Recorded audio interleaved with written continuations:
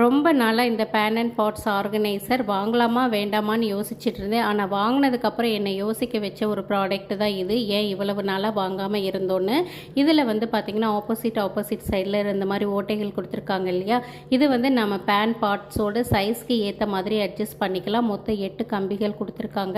நான் என்னோடய pan and parts சைஸ்க்கு ஏற்ற மாதிரி அட்ஜஸ்ட் பண்ணி வச்சிட்ருக்கேன். நான் ஆசையாக வாங்கின இந்த காஸ்ட் அயர்ன் பாத்திரங்கள்லாம் வந்து யூஸ் பண்ணாமல் வச்சுருந்தேன். அக்சஸ் பண்ணுறதுக்கு கஷ்டமாக இருந்ததுனால இதை வந்து நான் என்னோடய பேன் அண்ட் பாட்ஸு சைஸ்க்கு ஏற்ற மாதிரி நான் அட்ஜஸ்ட் பண்ணிவிட்டு அடுத்ததாக என்னோடய ஆப்பச்சட்டி பணியாரக்கல், நான் வழக்கமாக சப்பாத்தி சுடுறதுக்கு பயன்படுத்துகிற சப்பாத்தி கல், அடுத்ததாக வந்து பார்த்திங்கன்னா என்னோடய ஃபேவரட் காஸ்ட் அயர்ன் பேனு, அடுத்ததாக நான் வழக்கமாக தோசை சுட யூஸ் பண்ணுற தோசை கல், கூடவே வந்து இன்னொரு சப்பாத்தி கல், ஃபைனலாக பார்த்திங்கன்னா நான் வழக்கமாக பூரி வடையெல்லாம் போடுறதுக்கு யூஸ் பண்ணுற கடாய். இதெல்லாம் ஆர்கனைஸ் பண்ணி பார்த்தா ஏன்டா இவ்வளவு நாள் வாங்காமல் இருந்தோன்னு என்னை யோசிக்க வச்சு